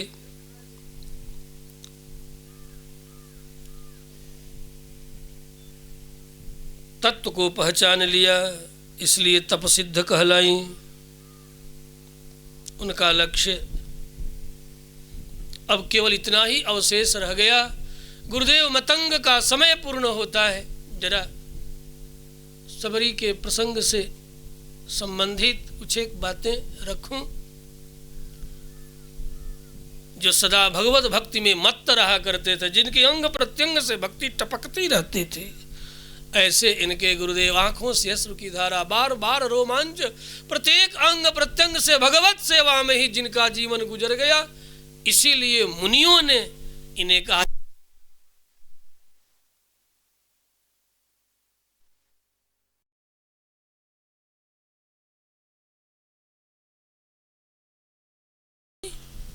अंगानि भगवद भक्तौ यस्याह यस्य सह मतंगः। ऐसे ऋषिवर मतंग की शिष्या, जिन्होंने कहा था बेटी देख, मेरे रहते रहते तो श्री रामभद्र मुझे दर्शन देने के लिए नहीं आ सके, मेरा समय पूर्ण हो गया, मैं जा रहा हूँ, लेकिन दिन अवश्य ही तुम्हारे आश्रम में साक्षात परब्रह्म पुरुषोत्तम पधारेंगे। उनकी प्रतीक्षा में तुम इस आश्रम को छोड़ कर के, यह तप सिद्ध स्थल है, कहीं मत जाना, यहीं वे आएंगे। अवध नरेंद्र के पुत्र साक्षात धर्म की स्थापना करने के लिए अवध से निकल करके पग पग चल करके इस आश्रम तक पधारेंगे। हे वत्सा, आप कहीं भी अन्यत्र मत जाना, नित्य उनके आगमन में प्रतीक्षा करना। आश्रम को छोड़ करके कहीं भी अन्यत्र मत जाना। एक पद क्षेत्र संन्यास ले लिया, इसलिए सबरी ने क्षेत्र संन्यास लिया। क्षेत्र मतलब इस गृह विशेष को, क्षेत्र विशेष को छोड़ करके कहीं मैं अन्यत्र नहीं जाऊंगी। ऐसा जहाँ तक ऋषि सबरी का आश्रम का क्षेत्र था, उस क्षेत्र से बाहर निकल करके कहीं नहीं जाती। पंपासर में स्नान करती, आजू बाजू के पत्र पुष्पादि चयन करती, ध्रुवांकुर इत्यादि, और ला करके पत्र पुष्प फल जल के द्वारा अपने गुरुदेव के द्वारा दिए गए भगवदीय दिव्य स्वरूप की अर्चन बंदन करती, और वहीं पर नित्य भगवत भक्ति से वो तत्प्रोत रहती हुई भगवत भजन करती हुई और उन्हीं के आश्रम में निवास करते। राम आएंगे इस प्रतीक्षा में रहते। गुरुदेव कह कर के गए हैं, इसलिए निश्चय आएंगे। गुरु के वचन प्रतीतिन जेहि, सपने हूँ सुगमन सुख सिद्धि तेहि। आजकल लोग गुरुजनों के पास जाते हैं, पूछ लेते हैं, गुरुजन बड़े दयालु होते, फट से बता देंगे साधना और सिद्धि का मार्ग, लेकिन करते नहीं है। हाँ, करते नहीं है, और सोचते हैं कि बस यूँ ही बिन बनाए बिन चबाए ही मेरा पेट भर जाए, तो कुछ नहीं होगा। हाँ। इसलिए अभी कह गए कि आज भी ऐसे सिद्धों की कमी नहीं, लेकिन गुरु ने जो कहा सो करके तो देख, तुम पाओगे। उन्होंने जो कहा वो सत्य है, सत्य था, सत्य होगा, लेकिन करना धरना कुछ नहीं। जब कुछ करना धरना नहीं तो भला कहाँ कुछ होने को है। गुरुदेव ने मंत्र दिया अष्टाक्षर, यहाँ बहुत से शिष्य हैं श्री संप्रदाय के, पूज्य हमारे गुरुदेव से पूरी परंपरा, लेकिन कोई पूछो न मंत्र याद है तो गुरुजी और जो आप पनवा दिए थे ना, ले जाके दीवार पर चिपका दी थी, उसके बाद रोज पानी चढ़ाई, गल करके कट करके धरती पर गल गया। अब तो मंत्र वो याद नहीं है, अब तो मंत्र वो याद नहीं। देखो दूसर पना मिली कहाँ है, न मिली, किसी को मंत्र याद नहीं है। लेकिन इसीलिए देखो इस वर्ष पूरा 4 माह यहाँ गुजर गया, गिनती के 2-4 लोगों को मैंने दीक्षा दी। किसी दिन भी, इतने दिन से आप कथा सुन रहे हो, किसी दिन भी हमने दीक्षा के संबंध में कुछ भी कहा, एक शब्द नहीं कहा, क्योंकि मुझे पता है ऊसर भूमि में बीज डाल के क्या करोगे, और तुम्हारा ऊसर बीज का ऊसर खेत को जोतना, कोड़ना, पानी देना सब बेकार जाएगा। हाँ, खेत यदि उर्वरा हो तो एक भी बीज यदि डाल दो तो लहलहाने लगेगा और अनंत हो करके किसान को प्रसन्न कर देगा। वैसे हमारे गुरुदेव कहते थे कि देखो किसान को खेती करते रहना चाहिए। हाँ, जो यदि इच्छा पूर्वक आ जाए उसे अवश्य मत लौटाना, दीक्षा अवश्य दे देना, ये हमारे गुरुदेव कह के गए। यदि किसी ने प्रार्थना किया तो विलंब मत करना, दे देना। हाँ?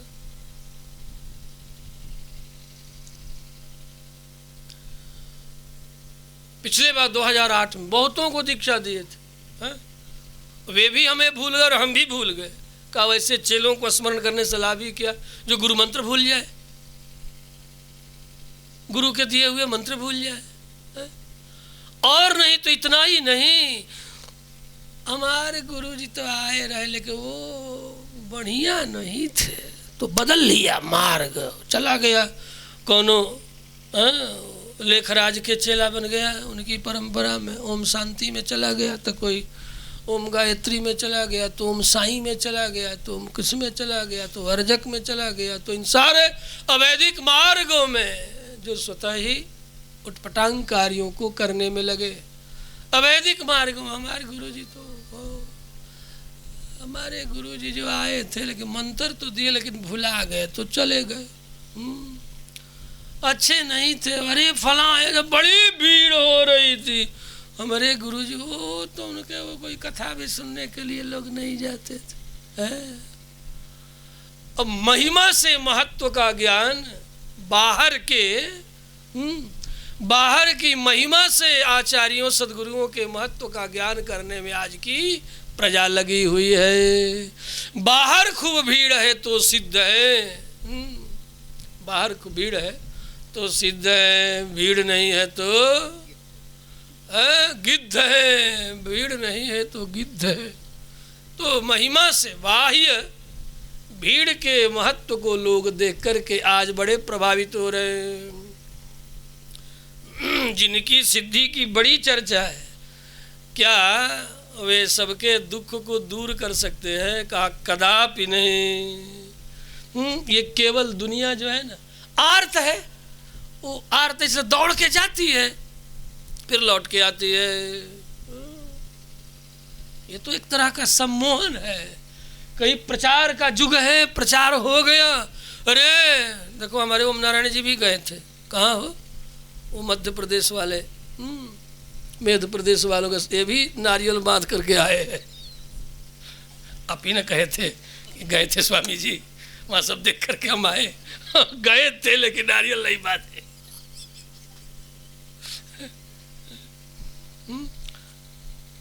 ठीक है, आजकल तो टीआरपी का युग है। ये टीआरपी घटाने बढ़ाने वाले जो ये क्या बोलते हैं, ये जो प्रचारक है, वो जो समाचार न्यूज़ चैनल्स, ये न्यूज़ चैनल वाले, इनको तो टीआरपी जैसे बड़े, तुम खाक भूसा कुछ भी को, तुम्हें सुनने वाले लोग चाहिए अधिक। बस वे दौड़ दौड़ करके हजारों की भीड़ में, तुम हजारों की संख्या में पहुंचेंगे। श्री रामभद्र भगवान के, इसलिए हम तो एक कैमरा मैन और ओनली वन मैन, बस ठीक है, चले जाएंगे, उसके बाद भी लोग सुनेंगे। इसलिए केवल only one camera man and one man. Shri Rambhadra भगवान के, इसका तात्पर्य ये नहीं है कि मैं किसी की स्तुति और किसी की निंदा कर रहा। समाज की वर्तमान स्थिति ये है।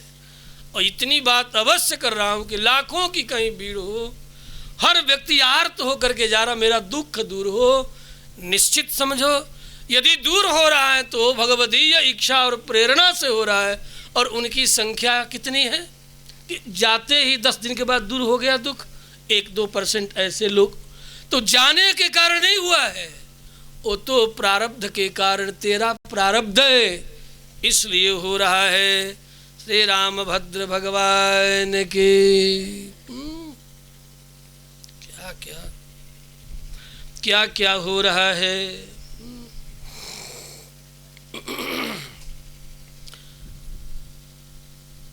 आपके पूर्वजों में ऋषि महर्षियों ने जिन तथ्यों का समर्थन नहीं किया, ऐसे तथ्यों पर उलझना, उमड़ घुमड़ करके आकर्षित होना, वह बहुत लाभदायी नहीं बल्कि हानिकारक है। अस्तु, अधिक क्या कहूँ। सबरी का चरित्र सुना रहा हूँ।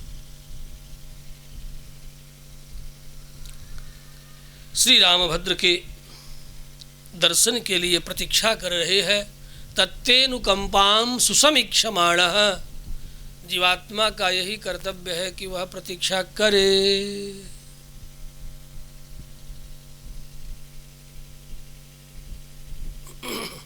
प्रतीक्षा करना जीव का सहज धर्म है, इसलिए सबरी प्रतीक्षा कर रही। और गुरुदेव जो कह के गए हैं कि निश्चय ही एक दिन पर ब्रह्म पुरुषोत्तम नारायण मानवाकार तुम्हारे आश्रम में आएंगे। बेटी, तुम बड़ी भाग्यशालिनी होगी, जिस दिन वे आएंगे तुम उनकी प्रतीक्षा करना।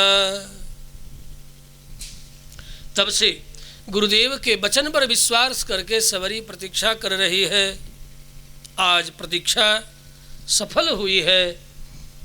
नित्य जगती प्रातः काल इस मार्ग से रामभद्र आएंगे। पता नहीं किस मार्ग से आएंगे, पश्चिम से आएंगे कि पूरब से आएंगे, उत्तर से आएंगे कि दक्षिण से आएंगे।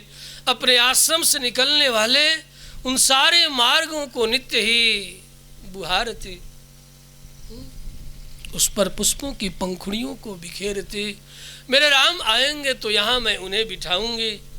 यहाँ इस प्रकार के पत्तों के, नए नए पत्तों के दोनों में इतनी निरासक्त महिला, अनासक्त महिला, ये सबरी है कि आश्रम में कुछ और नहीं, पेड़ों के पत्तों के दोने में अपना काम चलाने वाली।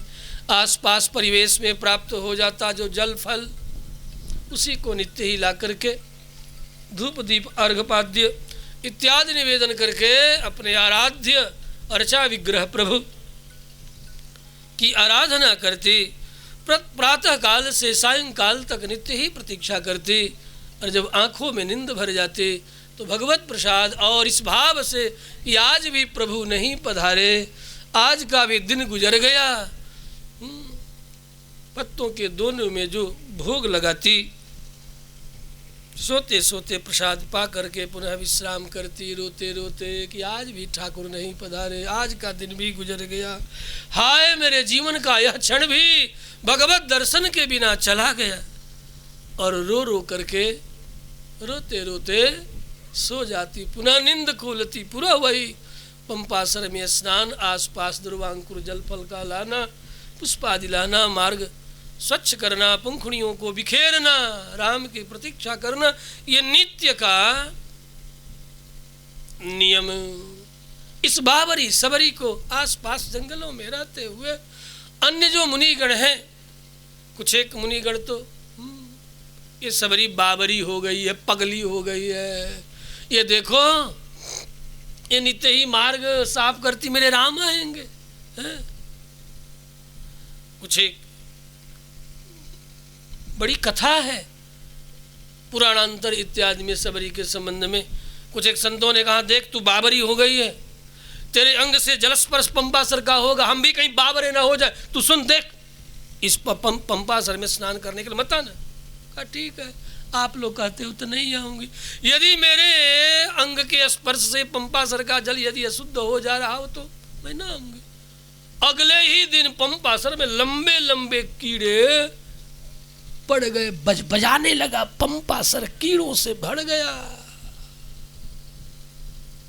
तब उन्हीं में किसी विज्ञ संत ने कहा, यह सबरी के अपमान का परिणाम है। जाओ, सबने सबरी को मनाया है, चरणों में गिर करके प्रार्थना किया है, देवी आप क्षमा करो, हम कहाँ जाएं, कहाँ स्नान करें।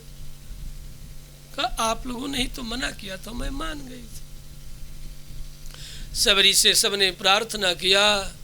जिस क्षण प्रार्थना उसी क्षण पता नहीं वे कीड़े कहाँ गायब हो गए और पंपासर का जल अत्यंत पावन मणि के तरह चमचम चमकने लगा, स्वच्छ हो गया।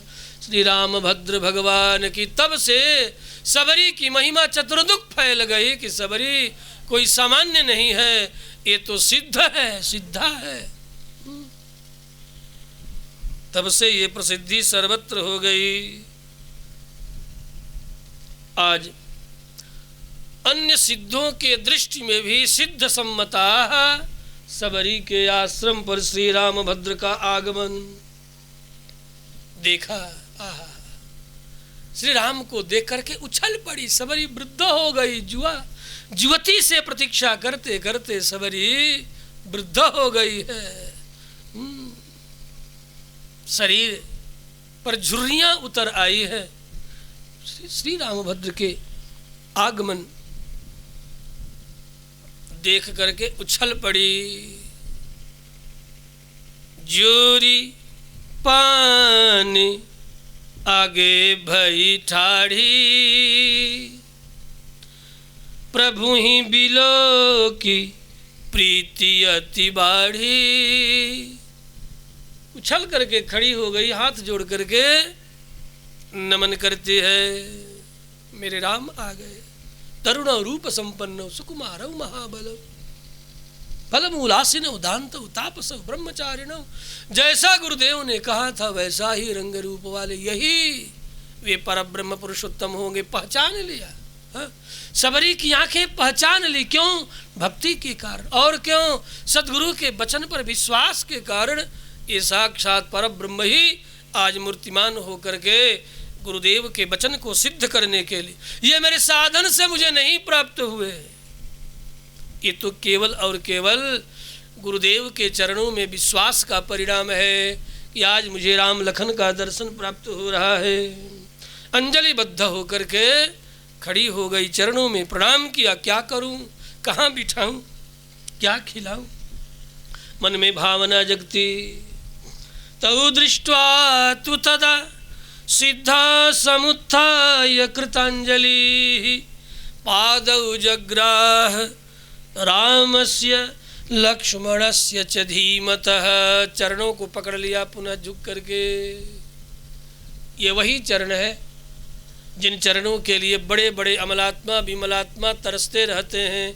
विदिशि वसन काद्यैर्ध्यात्मत्यंत दूरम, तव परिजन भावम कामये कामवृत्तः। जो अपने स्वजनों के लिए सहज ही प्राप्त हो जाते हैं, लेकिन विदिशि वसन काद्य भी जिन्हें ध्यान में नहीं पाते, अपने स्वजन भक्तों के लिए सहज आज मेरे आश्रम पर ये श्री चरण पधारे हैं। धन्य हो गई सबरी। ऐसे चरणों को मैं कैसे, कहाँ, किसमें प्रक्षालित करूं, सोच रही है। ये चरण जब विदेहराज जनक के यहाँ पधारते हैं तो वहाँ पर सोने का पात्र कठौता है, लेकिन मेरे आश्रम में तो पत्तों का भी कठौता नहीं। ये चरण जब केवट के द्वार पधारते हैं गंगा के तट, तब काष्ठ का कठौता में इनके श्री चरण पखारे गए। लेकिन मेरे आश्रम में एक जलपात्र तक नहीं, बस पत्तों के दोने और पत्तों के पत्तल के अतिरिक्त और क्या है। इसलिए सबरी ने अपने दोनों आँखों में जल भर करके राम जी के चरणों पर बहाया है और दोनों हाथ को ही राम जी के चरणों के नीचे रख दिया है। धन्य हो गई सबरी। और आज इस प्रकार के चरण प्रक्षालन से रामभद्र भी अपने आप को धन्य धन्य अनुभव कर रहे हैं। ऐसी अनासक्त निरासक्त महिला भक्तिमती सबरी, जिन्होंने राम के चरणों को अपने दोनों अंजलि में हाथों में पखारा है। पादौ जग्राह रामस्य लक्ष्मणस्य च धीमतः तौ दृष्ट्वा तु तदा सिद्ध समुत्थाय कृतांजलि। इस प्रकार तो चरण पखारा, फिर पत्तों के दोनों में ही अर्घ्य दिया। पुनः नाना प्रकार से जो नित्य ही फल भोग लगाती, उन फलों को लाला करके सामने रखती चली जा रही है। निहारती, देखती, पुनः सामने रखती। जब सब ला करके रख दिया, नित्य ही अनेक प्रकार के दोनों में पके पके फलों को भोग लगाते। भोग लगा करके प्रतीक्षा करती, आएंगे आएंगे, अब आएंगे। आज प्रत्यक्ष पधार गए भगवान श्री रामभद्र। सबरी स्वतः अपने हाथों से एक एक फलों को उठाती और राम जी के हाथों में पहले दोनों ही पकड़ा दिया, फिर दोनों में से निकाल कर एक एक करके देने लगी। संतों बड़ा सुंदर सुंदर भाव है। नित्य ही सबरी भोग लगाती। रामभद्र नहीं आते तो संध्या में सोते सोते उन फलों को प्रसाद के रूप में तुदीय भुक्तो जित शेष भोजिना तो या विशिष्टात्म भरेण यद्यथा प्रसाद पाती। एक दिन एक फल बड़ा ही मीठा लगा, अयोध्या के संतों से सुना हूं। सोचा रामभद्र काश मेरे आश्रम पर आवेंगे, इतने ही मीठे मीठे फल उन्हें भोग लगाती, लेकिन पता नहीं ये फल किस पेड़ के हैं, क्या पता। इसलिए उस फल के बीज को अपने ही आश्रम में लगा दिया, बो दिया। वह बीज फल करके पक करके आज प्रथम दिन सबरी ने भोग लगाया है। और उन्हीं फलों को आज रामभद्र को समर्पित कर रहे हैं। एक भाव यह है, पद्म पुराण के अनुसार सबरी के मन में भावना जगी। आज भी सबरी के इस मार्ग का अनुसरण करते, खास करके हमारे श्री संप्रदाय के जो अर्चक पूजक हैं, पहले देख लेते हैं। भोग का थाल तैयार करने से पहले सब में से निकालेंगे, देखेंगे, खड़े खड़े ऊपर से ही, हाथ भी जूठा नहीं करते। एक एक कण कि सब ठीक ठाक है ना, और एक नमक तो नहीं, मिर्च तो नहीं, आदि आदि नहीं। जब हर नहीं कम हो तो डाल देते, अधिक हो तो नहीं ना, ये भोग लगाने लायक नहीं। फिर स्वयं आस्वाद्य स्वयं आस्वादन करके पहले रंग रूप स्वाद का बोध कर लेते, और तब भगवान के लिए दिव्य थाल तैयार करके ठाकुर जी को भोग लगाते। अब कुछ एक संतों का भाव कि सबरी जैसा भाव हो तब तो ऐसा करो, नहीं तो कुछ एक जो इतने भक्ति से होता प्रोत नहीं तो डर जाते हैं। तो जो डर जाते वो ऐसा नहीं करते, तो डर जाते। लेकिन भले पहले देखने से मुझे नरक हो स्वीकार है, लेकिन अपने ठाकुर को बिना चख करके हम भोग नहीं लगाएंगे। क्या पता वो अधिक तीता हो, मीठा हो, नमकीन हो। इसलिए पहले लगा लेते हैं, पहले देख लेते हैं, सब में से थोड़ा थोड़ा निकाल करके यहाँ सब ठीक ठाक है, तब भोग लगाते हैं। और बदले में यदि मुझे मेरी दुर्गति है तो हो, लेकिन अपने प्रेमास्पद को हम ऐसे वैसे भोग नहीं लगाएंगे। तो इतना यदि समर्पण है तो ठाकुर जी स्वीकार करते हैं कि देखो ये मेरा हठी भक्त है, जड़ भक्त है, ऐसे भक्त के द्वारा आस्वादित पदार्थ भी परमात्मा पाने के लिए आकुल व्याकुल रहते हैं। कृष्णावतार में तो मधुमंगल अपने मुख में रख लिया, मट्ठा छाछ, और जब छाछ बहुत मीठा लगा पहले तो आग्रहण किया, अरे क्या पता कैसा होगा, जरा देखता हूँ। अन्य सब मित्रगण खिला रहे थे, पिला रहे थे, अपने अपने घरों से लाए गए विविध प्रकार के व्यंजन। मधुमंगल ने सोचा ये बांस के चोंगे में खट्टा खट्टा छाछ, क्या पता बहुत खट्टा हो, अपने ठाकुर अपने मित्र कन्हैया को कैसे पिलाऊं। लेकिन जब एक पेड़ के पीछे छिप कर गए, अपने माँ के द्वारा दिए गए इस छाछ को पीने लगे। जो प्रथम घूंट मुख में गया बड़ा मीठा लगा। मधुमंगल के मन में आया, अरे ऐसे मीठे छाछ तो सबसे पहले अपने कनुआ कन्हाई को पिलाना चाहिए। तो मुख में छाछ भरे और कनुआ को इशारों में पुकार बुलाने लगे, इधर आओ इधर आओ। सबको छोड़ करके कनुआ कन्हैया कृष्णा उधर दौड़ पड़े। क्यों मधुमंगल, क्या बात, इधर तो आओ आओ। ओ इशारा करते हैं और कन्हैया कृष्ण, कनुआ कृष्ण मधुमंगल के दोनों कपोलों को ऐसे पकड़ के अपने दोनों अधरों को उनके अधरों में चिपका कर, अब तो दे, छोड़, और उनके मुख का छाछ पी गए। यही तो दृश्य ब्रह्मा आकाश मार्ग में देख रहे थे और देख करके विमोहित हो गए। रे ये तो ईश्वर नहीं हो सकता, ये तो ग्वाला का, नंद ग्वाला का बेटा छोरा, व्यर्थ ही से ईश्वर मान करके अब तक हम बावरे हो रहे थे। इधर बछड़ों को छिपाया और पुनः मित्रों को छिपाया। इस तरह भूलोक में 1 वर्ष तक लीला होती रही। अंत में कृष्ण ने ब्रह्मा को भी पाठ पढ़ाया।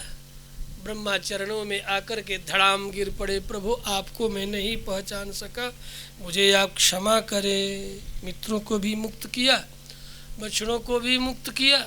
जो जैसे थे वैसे 1 वर्ष तक बनकर के भगवान स्वतः लीला कर रहे थे।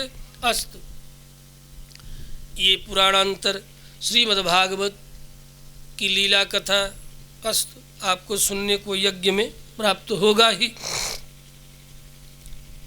सबरी पुनः अपने चख चख करके श्री रामभद्र को खिलाने लगी। पद्म पुराण में चखने का भी वर्णन है। स्वयमासाद्य माधुर्यम राघवाभ्याम दृढ़व्रता, स्वयमासाद्य माधुर्यम परीक्ष परिभक्ष्य च, पश्चान्निवेदयामास राघवाभ्याम दृढ़व्रता।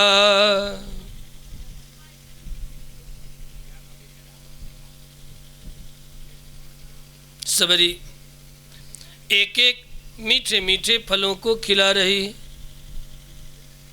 रामेण तापसी दृष्ट्वा सा सिद्धा सिद्ध सम्मता, ससंस सबरी वृद्धा रामाय प्रत्यवस्थिता। सबरी ने कहा, हे प्रभु, बड़ा ही मनन योग्य प्रसंग है। श्री राम जी ने पूछा है कि आपकी गुरु सेवा पूर्ण रूप से फलवती हो गई है न?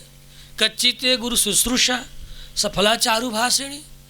आपने जिसे निमित्त बना करके गुरुदेव के चरणों की आराधना की, आपकी वह सेवा सफल तो हो गई। यह बड़ा ही सुंदर प्रसंग है।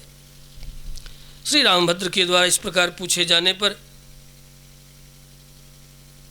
बड़ा सुंदर निवेदन किया है, क्योंकि महर्षि वाल्मीकि ने सबरी को सिद्ध सम्मता इत्यादि उपाधि से अलंकृत किया है। श्री रामभद्र का दर्शन करके भी वह स्वयं सिद्ध हो गई।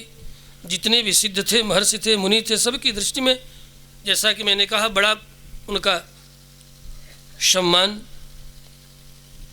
सबरी की बातों से भी स्पष्ट होता है कि सबरी कोई सामान्य नहीं है। सबरी कहती है, रामभद्र, सिद्ध सम्मता थी या नहीं, लेकिन आज आपके मंगलमय दर्शन प्राप्त करके अवश्य मेरी सारी साधनाएं पूर्ण हो गई, तपस्या सिद्ध हो गई, आज मेरा जन्म सफल हो गया, मेरे गुरुदेव की पूजा आराधना सफल हो गई। हे रामभद्र, आपका दर्शन मेरी तपस्या का परिणाम नहीं,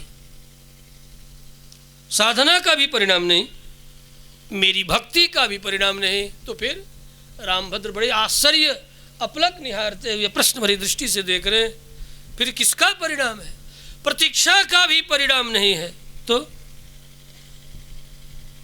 हे मेरे आराध्य देव, आपका दर्शन तो केवल और केवल गुरुदेव के वचनों पर विश्वास का परिणाम है, आपकी कृपा का भी परिणाम नहीं। ये विशेषता है सबरी के की भक्ति का। निश्चय ही आप कृपा साध्य हैं, साधन साध्य नहीं, लेकिन आप भी यूं ही कृपा नहीं करते। गुरुदेव के वचन का विश्वास का परिणाम है कि आज मैं इन प्रत्यक्ष चमड़ी की आंखों से आपका दर्शन कर रही हूं।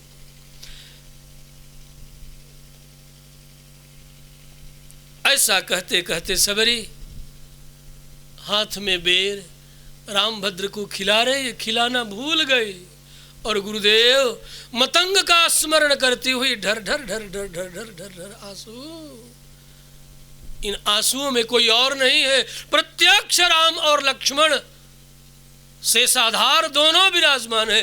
भूल गई सबरी, आज परब्रह्म परतत्व मेरे आंखों के सामने, केवल और केवल सबरी की आंखों के सामने गुरुदेव दिखाई पड़ रहे हैं कि हे गुरुदेव, आपकी कृपा और आपके वचनों का विश्वास का परिणाम आज पूर्ण ब्रह्म परमात्मा चल करके मुझे इन्हीं आंखों से दर्शन देने के लिए देख लो, आप भी आज सिद्ध कर रहे हैं कि आपने जो कहा था उस वचन पर विश्वास का परिणाम साक्षात परतत्व मुझे दर्शन देने के लिए पधार गया। गुरवश्च सुपूजिता। श्री रामभद्र भी सबरी के तंद्रा को भंग करने के लिए निश्चय ही आपकी गुरु शुश्रूषा सफल हो गए। गए हुए गुरुदेव आज मानो प्रत्यक्ष आंखों के सामने दर्शन दे रहे। रामभद्र अर्थात परमात्मा और जीवात्मा के मध्य में आज साक्षात गुरुदेव का सबरी स्मरण कर रही है। रामेण तापसी पृष्ठा सा सिद्धा सिद्ध सम्मता ससंस सबरी वृद्धा रामाय प्रत्यवस्थिता अद्य प्राप्ता तपः सिद्धः तव संदर्शनान्मया अद्य मे सफलम जन्म गुरवस्य सुपूजिता। आज जन्म से लेकर के गुरु सेवा मेरी सफल हो गई। आपका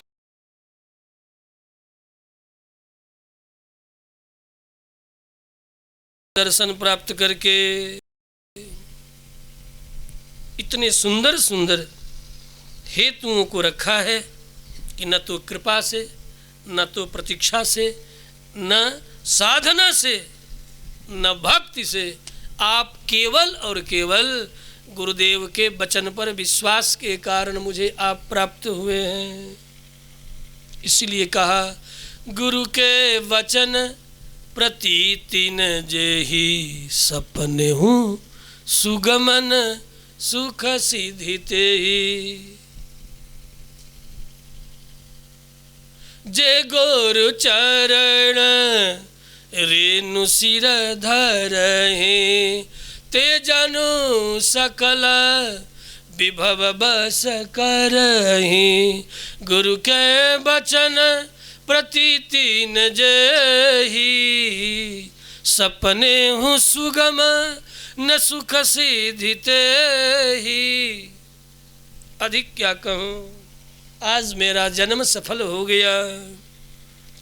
सबरी देखी राम गृह आए। सबरी को देख करके रामभद्र को आज ऐसा लग रहा है कि अब कहीं और नहीं, मैं तो अपने ही मैया कौशल्या के श्री चरणों का दर्शन कर रही हूँ। आज मुझे कौशल्या का गोद प्राप्त हो रहा है। ऐसा सबरी को देख कर के श्री रामभद्र को स्मरण आ रहा है। सबरी गुरुदेव का स्मरण कर रहे हैं और रामभद्र मैया कौशल्या का।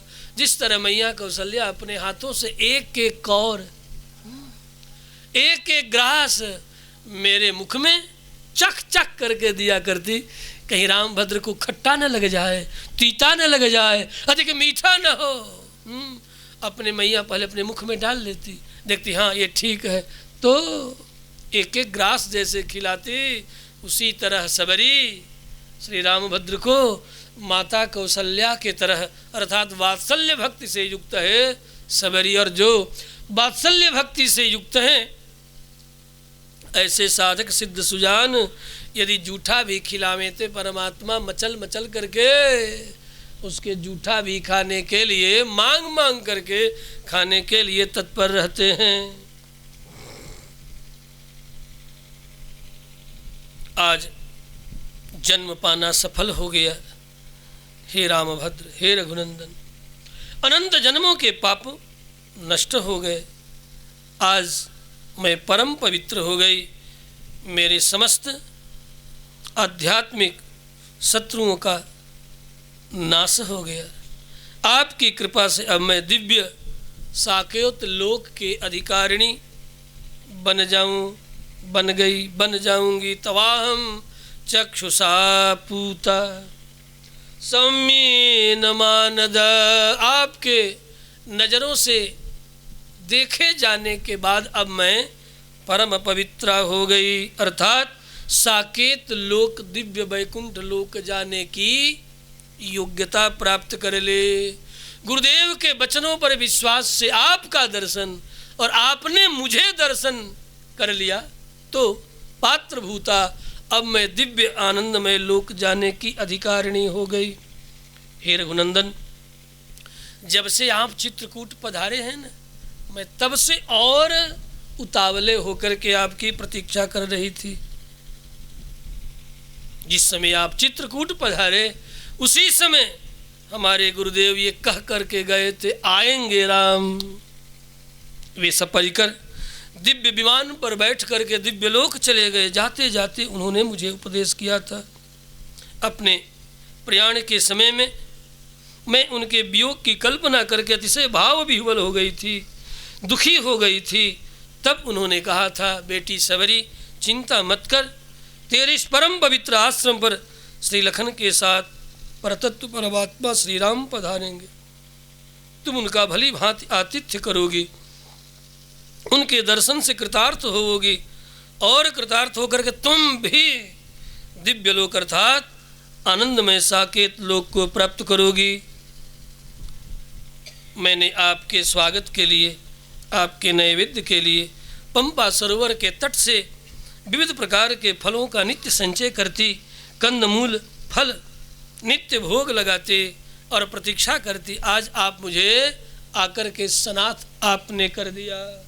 मया तु संचितं वन्यम विविधम पुरुषर्षभ तवार्थे पुरुष व्याघ्र पंपाया तीर संभवम।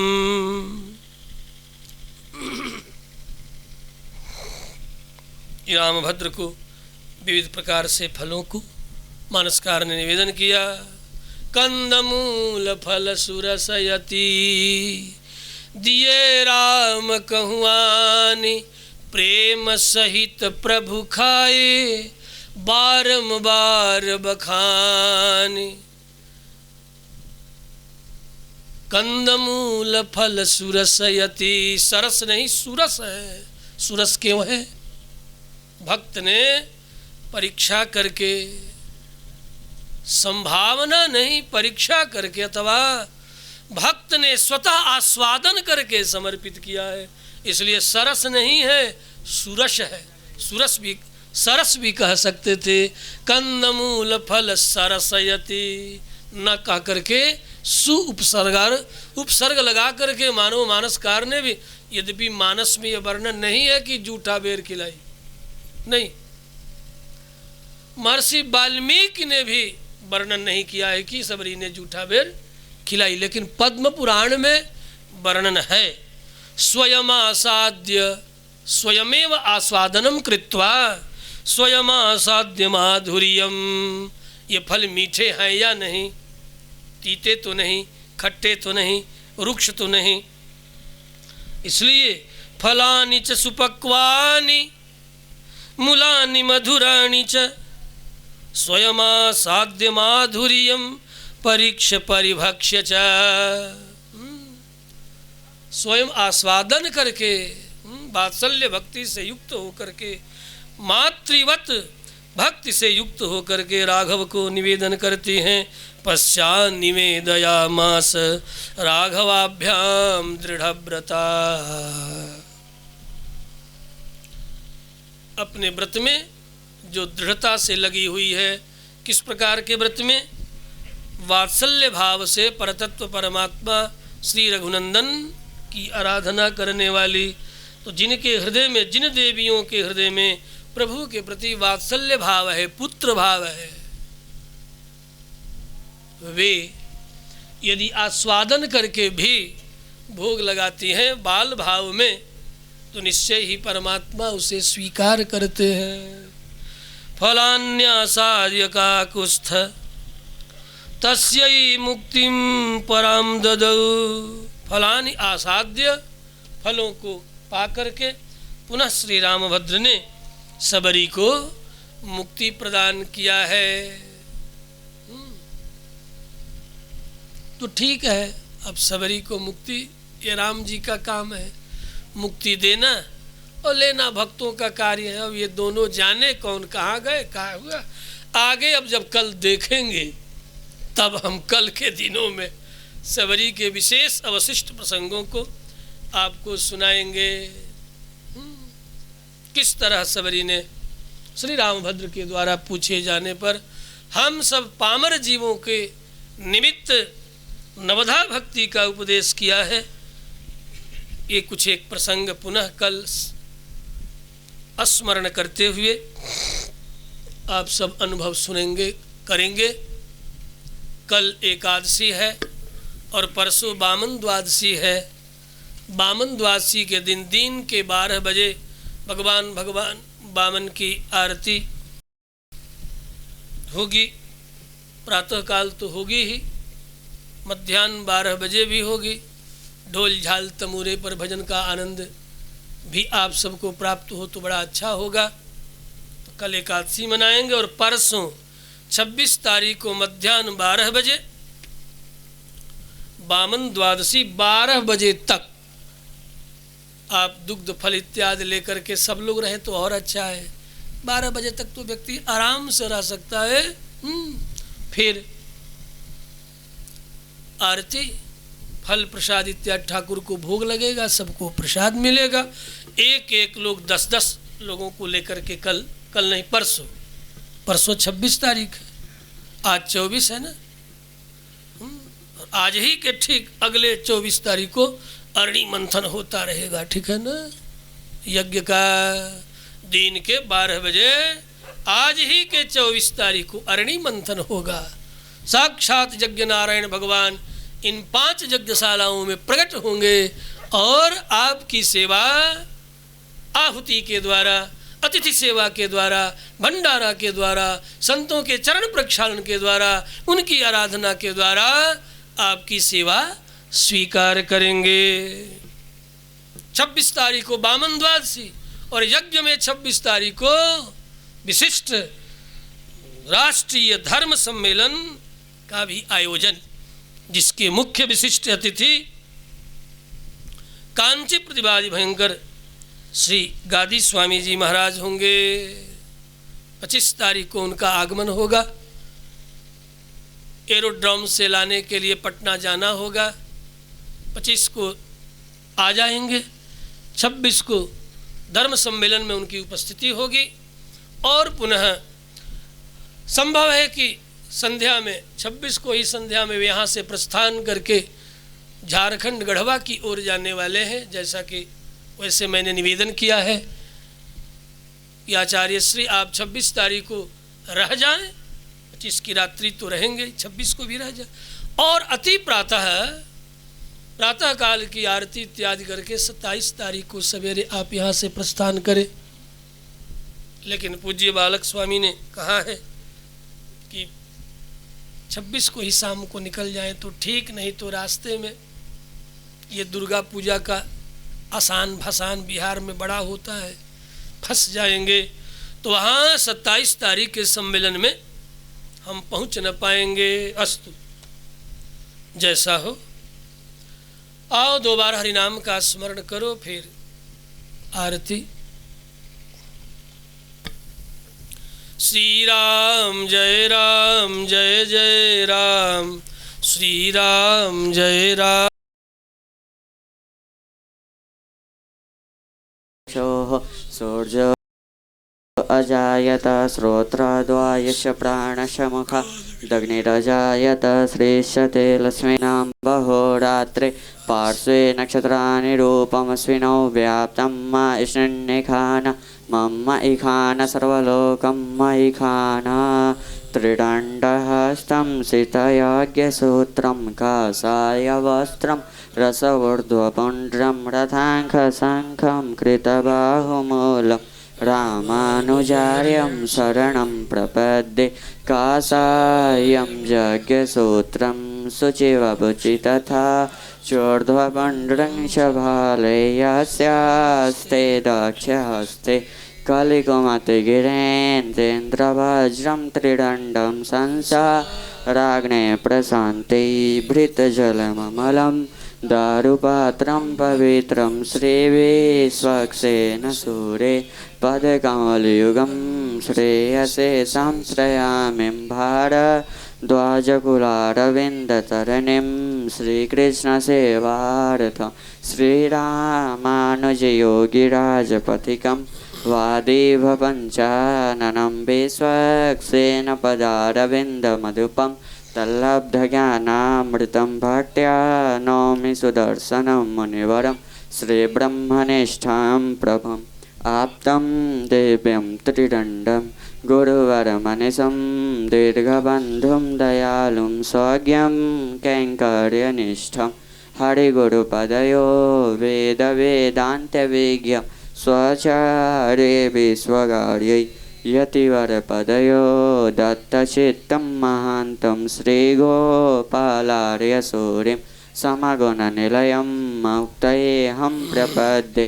जयतिराजफणिराजवतारं निप्रबलपाखण्डभानो विजयी भव विजयी भव विजयी भव अमार्यादाक्षुद्रश्चलमतिरसूया प्रसवभू कृतघ्नो दुर्मानि स्मरपरवसो वञ्चनपर निशंस पापिष्ठ कथमहमिथो दुःखजलधे रपारादुस्तीर्णस्तव परिचरेऽहं चरणयो।